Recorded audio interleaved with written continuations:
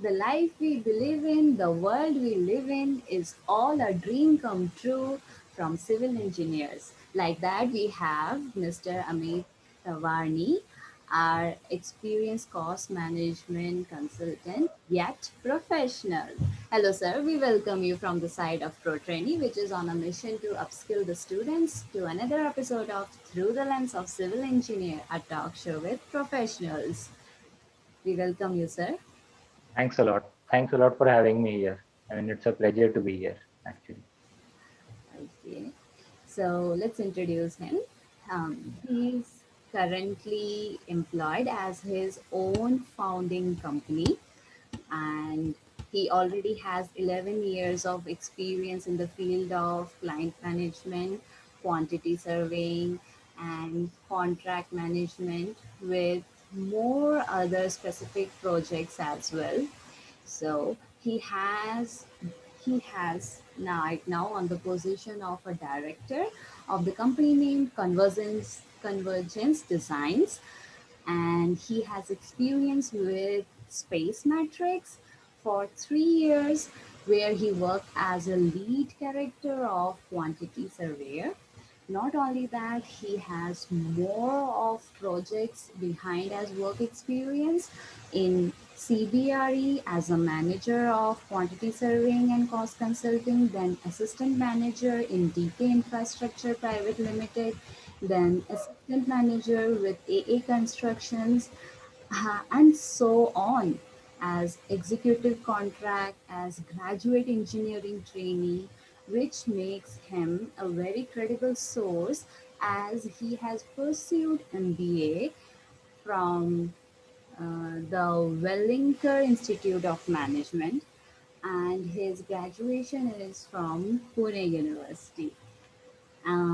We find him honored with one of the awards named Emmerich's Quantity Surveying Part by the Royal Institute of Chartered Surveyors.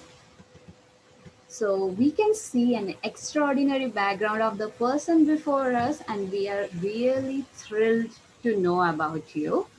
So let's begin. Like how you started with this field. We are literally all ears to you.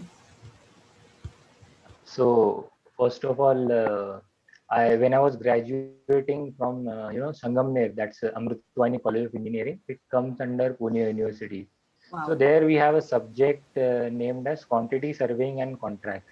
It's a chapter at that time. 2010 was my passing year. So final year I had this subject. I kind of knew from the beginning that I need to do something which is tangible. So cost, contracts, people, this is something which I always found something tangible which we can, utilize to the greatest, you know, potential. That was the idea behind it.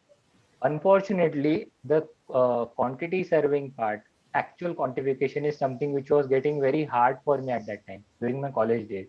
Mhm. So I had kept that particular part as an option during my exams. Okay. Okay. Okay. But when I, got through my campus placement and I was selected by Shapurji for, their Mumbai office, Shapurji Kalonji selected me as a graduate engineer trainee. And fortunately or unfortunately, my first posting was given in the quantity surveying and billing department. I still remember the first day I went there, Mhm. and they gave me a bill of quantities named as, which is in short term in the professional language called as BOQ. I had no idea how to read it, how to interpret things through it, and how to make specifications. But when it comes that now you have to perform because this will be your bread and butter. That was the situation I was put across this subject or this particular portion as an kind of option. He had a good laugh on me, and then they started training me over there, like a really good sport people. So that was something I picked up my very first lesson, that you really don't need to be perfect at something. You need to admit your capabilities and what you cannot do. You need to express it. Then only you will get the required help from the people. So that was my very first day's lesson over there. I mean, that's how this thing started, slowly and gradually. So training is really important for any specific field, right? Exactly, Exactly. I mean, my initial training days included how to take printouts from the, Xerox machines, how to make a file, basically, how to make a proper bill, how to do page setups, how should I speak to someone who is coming to us as a contractor, who is coming to us as a client. I mean, it was all different, completely different, a total different environment. And coming from a rural background and directly coming to the financial capital of India, that is Mumbai, Mhm. where the professionalism is at its extreme. So you find extreme professional people. I still remember I had taken my first bill file, the first billing file which I needed to submit to a client named as Tata Consulting Services at Powai. So that fear, that anxiety, but that every time the professional, the way they were welcoming, I could see that if you are willing to, you know, open up, speak, Mhm. tell them what you are feeling. If you are frightened, if you are having fear, you are not understanding, you need to speak up. It can be a very small thing that you cannot open a door. Right. It's all about expressing. Mm. We need to work on the fields we are Exactly. working. Yeah. Yeah, we Yeah. need the foundation as well, isn't it? Correct. Correct. So, like, what literally, motivated you from your school life to Yeah. really determine yourself with civil engineering? Like, was there some counseling or some family expectations or your Not at all. own dream to come No, true? no, no. No, not at all. I mean, my journey has been a roller coaster ride so far, actually. Okay. Education wise, initially I wanted to become, I was a medical aspirant actually, initially. Okay. I couldn't get through the PMT exams. Mm-hmm. Then, as an option, I chose engineering as a second option. And there is an interesting story behind that. Getting into engineering, I knew at university level people play professional cricket. I wanted to be a cricketer actually Mm-hmm. later on when I was not aiming at the PMTs. Then I wanted to become a cricketer. Being in a good engineering institute, I was able to play for the university, matches and all Yeah. through my college teams. So Mm-hmm. that was a major motivation to go through my engineering, study during that time, because I used to play. I wanted to play professionally, but coming from a small town without any facilities, infrastructure over there, and cricket was not commercialized that much. Say, for example, 20 years back from now, or 15 years back from now. So it was an accidental choice, I will say, as a concluding remark in civil engineering, Mm-hmm. but it is one of the most rewarding and satisfying things which I do in my life, I will say, on a contrast, which is a good thing in a way. Yeah, I see, Yeah, like how, you know, God makes us come to the path where we, exactly. right? Yeah. So, what has been the biggest project till now you literally enjoyed throughout? Yeah. So there was a project when I was working with Space Matrix named as Northern Trust. So Northern Trust is an American bank, and they deal into people's financial investments and all. Mm-hmm. So this was the biggest project of my career when I was handling as a principal consultant end to end. So during that time, it was a 2 lakh 25 square feet project, 3 floors, spanning across 3 floors. And I had recently joined Space Matrix, so I did not have any team over there because I had not proved myself. Okay. And with such a massive project doing as a single resource, it was a lot of mistakes I did, even after being good seasoned professional. The challenges I faced in the project was time crunch was superb, lot of people to be managed, lot of external consultant, client expectations, internal streamlining. Mm-hmm. So all in all, this project mainly took me, on a positive side, how to take pressures. It kind of educated me over there. It Mm-hmm. gave me real life situations, challenges, and I was damn frustrated during the execution time of the project. But fortunately, when I look back, every time I can see whatever qualities have been accumulated over a period of time. Lot of things have come from there. Lot of professionalism, lot of people stakeholder management. Mhm. It was a tremendous improvement from there on, I will say. So Yeah, I remember that project. that in civil engineering we have different departments like design, Yeah, design, yeah, and project yeah, yeah, management, and everything. That all yeah, comes up to a big essential role, and we keep the output ongoing in a positive network. So yeah, we need to clarify all the whole project and the success in the same. yeah, Yeah, so that's interesting. yeah. So, like, did you believe that like we can get into a company directly after college?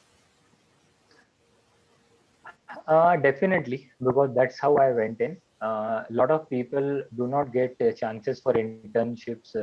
No, I mean everybody is not fortunate enough. They Mm-hmm. do not have the connections or the right kind of attitude at that particular time. Because in college time, people think, okay, let's not do it.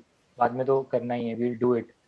So, looking at that, both things are good, but you should be prepared, and there is nothing wrong in going into a job directly Mm-hmm. even after having no internship experience. Mm-hmm. The only thing is that then your efforts needs to be kind of doubled or tripled to learn things, to quickly grasp things. You need to keep, or you need to be all eyes and ears basically Mm-hmm. what is happening in the surrounding, because they do not give you a lot of chances. It's a fast paced environment out there. Time is money, I'll say, outside in the corporate world.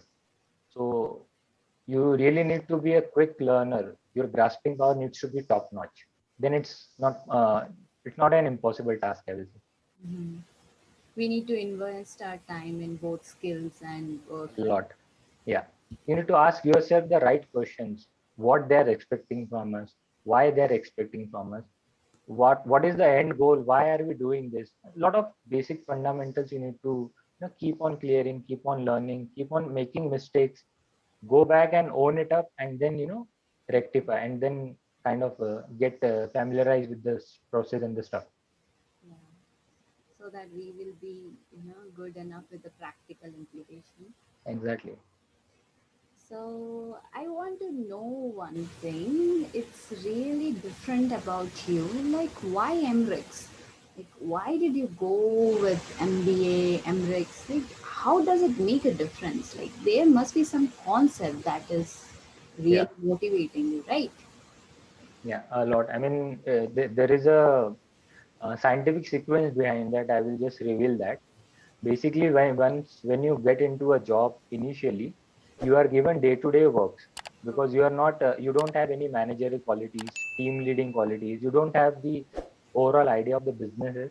So if you will see initial 2 3 years, you will get day-to-day kind of works, which are called as operational works. Kind of coordinate with a lot of people. A lot of teams will come in picture. Then the game and the bar raises up. So here you need to understand what kind of businesses company is into, what they do, what are the basic finance processes, what are the methods, how leadership comes in, what is the managerial economics. So looking at that, these things you will not get into a technical degree like civil engineering or any kind of engineering. Then you need certain business administration or management skills. So Okay. looking at that requirement, I thought, okay, let's go for the business management course from Wellington. That was the idea, because I was thinking, okay, if I need to go to a manager level or to a team lead level, this is the thing which I need to know. Apart from technical, you need to know a lot of financial background things, a lot of business administration stuff. So Mhm. then it makes you a techno commercially rich resource basically. So, having said that, I picked up MBA over there. The repercussions were quite visible. Mhm. Being a managerial, I went into assistant manager role immediately once I, completed my MBA, or I was in the verge of completion. So, after that, the MRSCS thought was kind of provoking me since 2018. So once you are well settled with some techno commercial management skills, then if you need to up the corporate ladder, you need a lot of strategical thinking. Lot of strategical stuff needs to come in picture. The overall strategies, long term goals, all this stuff you will learn when you will get into the get in contact with the upper management, the higher management of the company. who are the foundations, who are the director level company people. So dealing with them, they say a word, but there are different meanings behind that. So how to interpret that, how to get over there, there are certain standard internationally acclaimed courses. So MRICS is one of the most coveted organizations which offers you to pursue excellence in your field. Wow. So that was the reason I picked up being MRICS through the quantity surveying pathway, because that gives you a global exposure as a globe on the global platform, that you are internationally acclaimed, ethically as well as procedure wise you are one of the top notch consultants or the resource who can stand out anywhere in the world. Then it opens a lot of options for you. So that's the idea behind the entire choices what I made. So, as we are talking about it already, like how does Yeah, it gives a big difference in your experience? Like you said, like it's an association through, yeah. yeah, the MT, right? MT and something. The MRSES you are asking. So that's an association of all the chartered surveyors all across the world, which is originated from UK, United Kingdom. Okay. Okay, so the courses are designed such that even if you are sitting in India or Southeast Asia or UK or US, anywhere in the world, the standards are all same. So it gives you a global platform, but you can use it locally in the respective markets wherever you are. That's the beauty of it. Okay. Yeah. Wow. So, do you believe that civil engineers are really working throughout day and night to change the whole economy of the nation? Of course, yes. I mean, if you will ask what a civil engineer does, basically we give shape to a raw material into something meaningful. It can be anything. Yeah. So once that meaning comes in picture, people use it for different purposes. Basically, it's all prosperity. What civil engineers does.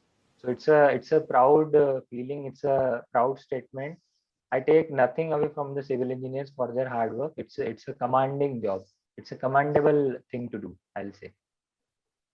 So, making all the structures give us the whole platform to present ourselves from economical Yeah, point of view.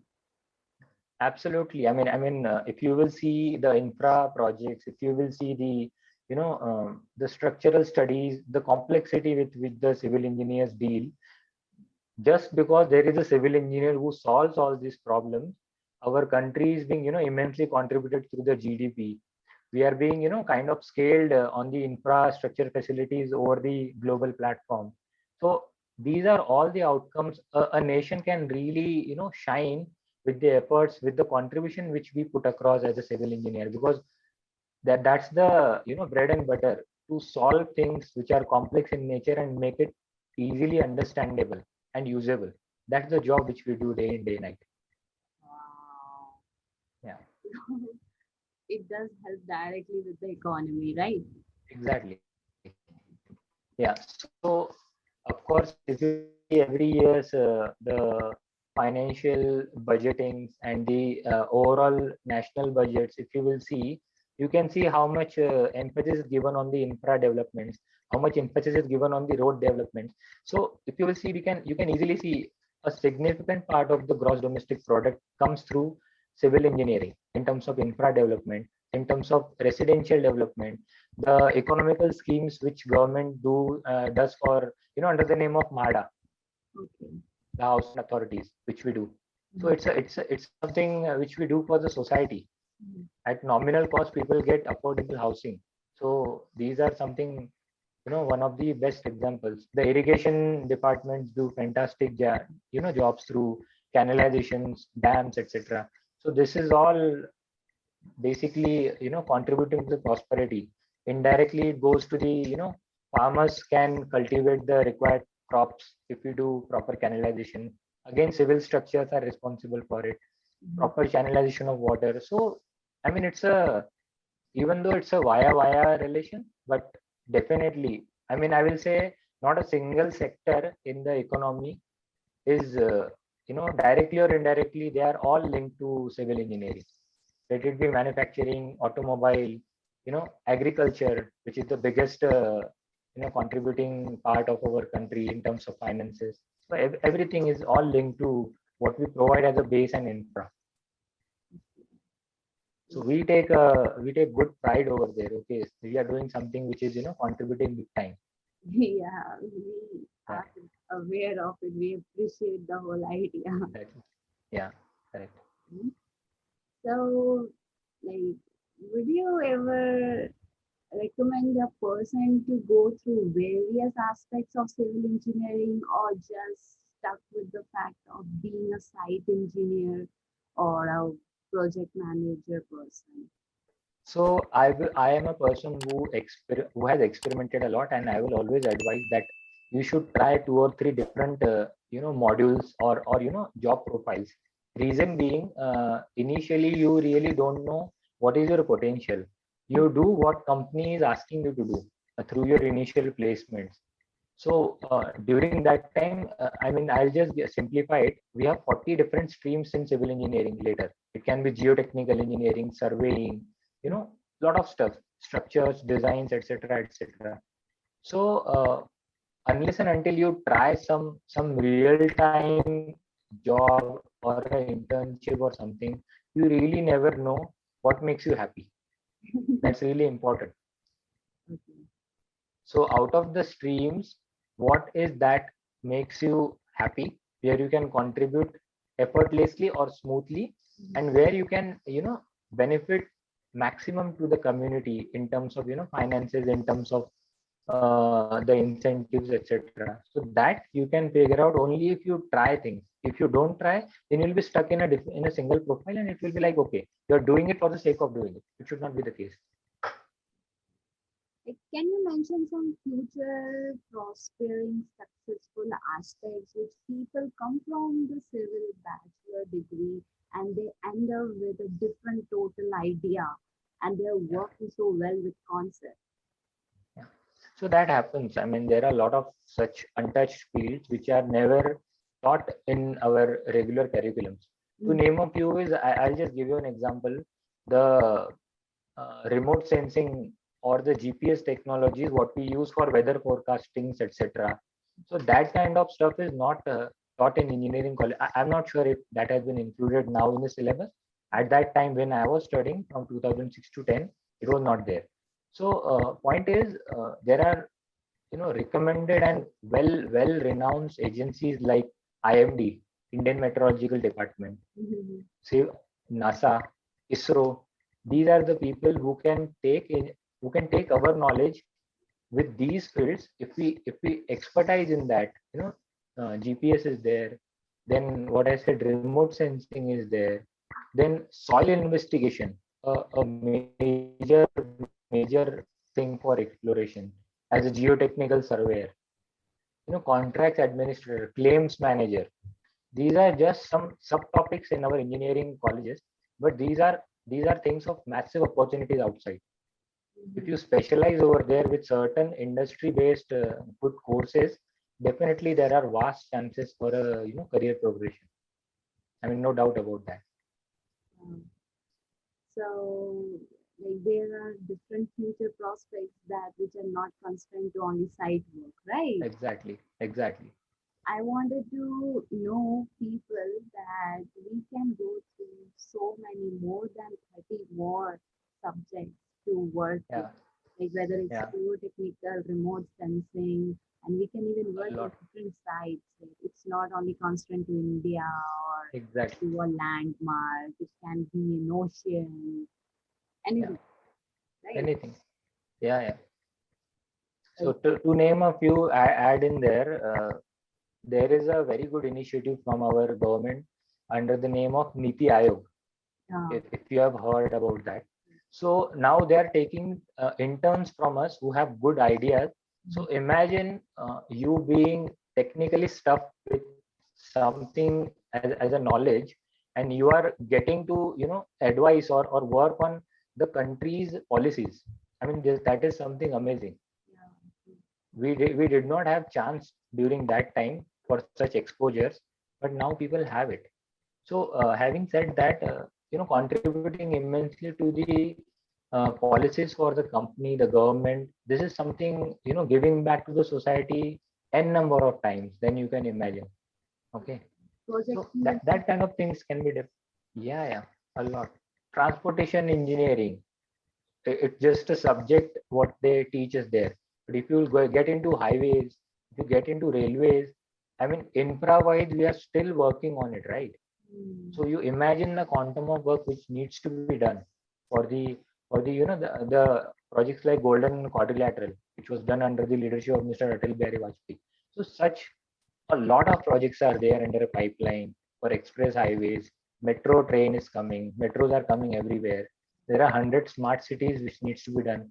So the I'll say the scope is massive. You just need to go out there. how will you say a person should gain skills like, other than getting the degree? Because some of the students are not even aware how to really work with the skills and they get demotivated on the halfway. Hmm. Okay, so this goes to the fundamentals, I will say. It's the question you need to ask everybody. Everybody needs to ask themselves every day. So I have a particular method to approach things, problems or opportunities. There are few things I keep asking myself whenever I take a task or a thing or a challenge. So this being the biggest challenge in their life, first of all, you really need to understand what are you doing. Okay, that you need to keep on asking yourself why you need to do it. And if the answer comes yes, this is what I need to do, then how I should do it. Mm, See, it's all here in the head, but you need to really fragment it in different things and just approach it. Very simple example, if there is an interview, if company is coming up and they are giving you a package of, say for example, 5 lakh rupees per annum, and there is a Y company which gives you a package of 3.5 lakh rupees per annum, but A and B are different in a way. The company which is giving lesser package to the student, they are offering something which the student likes in fundamentally.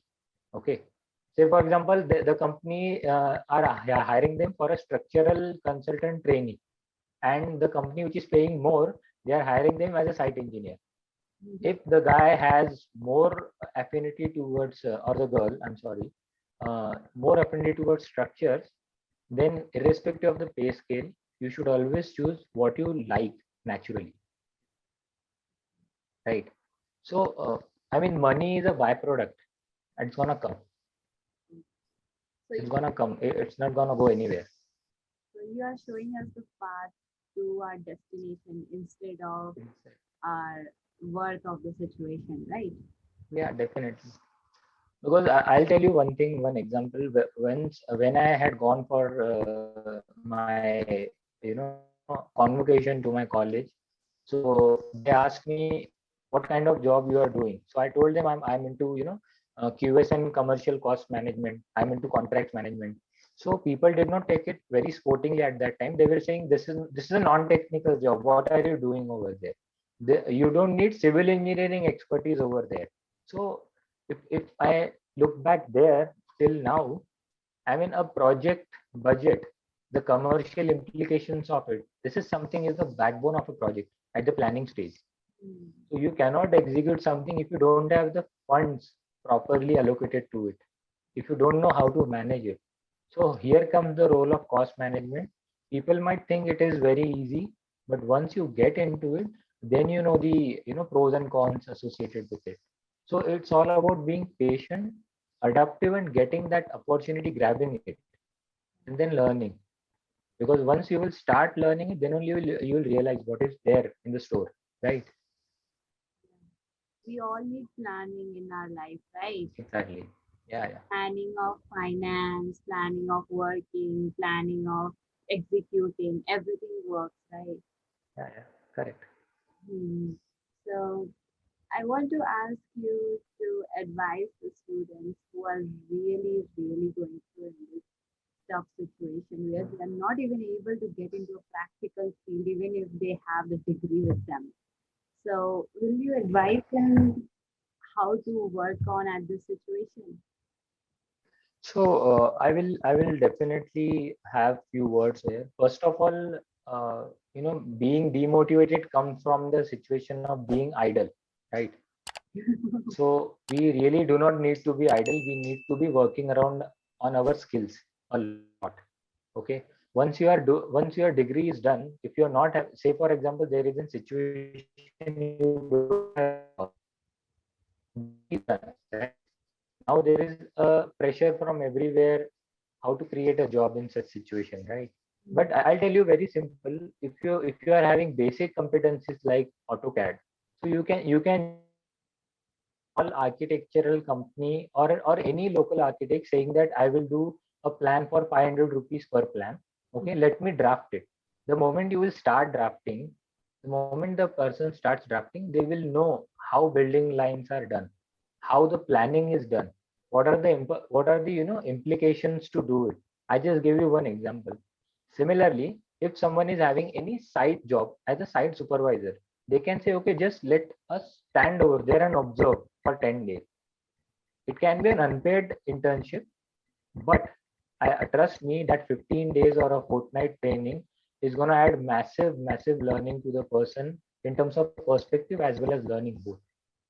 So basically, what are you doing in this time is you are making yourself corporate world ready in a way. So being idle is gonna it's like you have already given up, so there is nothing that you can do about it. But such small initiatives through different associations, it can add up through your learnings. Now we have the LinkedIn platform. There are a lot of learnings over there. I'll give you one example. Project management fundamental is a 3-hour learning on LinkedIn platform. Even if you are a non-technical person, you Mhm. can really understand how a project is approached. Okay. Okay, so if you are sitting idle, you can just go through the training. In the initial first attempt, you might get 10 or 20% out of it. You will not understand 100%. Mm. But that is slowly happens. So basically, what I'm trying to say is acquainting yourself well with the things is gonna keep you ahead. The moment you get a chance in any interview, it's gonna show up. It's definitely gonna show up. Mhm. Yeah. Um, so, one last proverb you want to say our aspiring students so that they can remember forever. Okay. So I mean, I have one mantra with me basically. Any job, any profile, it's all about people management. Okay. We need to really get this thing. You are assigned something or you will be assigned something. Someone will expect something and you need to understand what that person needs. The moment you understand it, your half job is done. And then you need to just fragment the remainder of the work, that how you will do it. The moment you know why are you doing it, getting into the person's world, why that person is asking me to do this, just think logically, rationally, half job is done. So this thing they can apply anywhere. It's a master stroke, it works everywhere. Mm. Just need to get into someone's place and think and try to deliver that thing. So it's all about people management. Things will happen. Your salaries will increase. You will get better jobs. If you are good at being good with people, managing people, it's all done. Nothing to be, nothing to worry about it. We see the outcome right now in our screen. Yeah, yeah. Correct. That's true. That's so motivating that you are trying to project the whole world with your own wise word, where we have not reached because we are still aspiring to reach. So we are really appreciating your, time with us. So we can send this message and vision to all the people right now. Yeah, my pleasure is totally mine. I'm fortunate enough to be, in this discussion because I'm glad to contribute to people who can, get something out of this. Definitely, it's a good cause, and I wish you guys all the best. Thank you. Thank you, sir. Yeah, yeah. Thank you.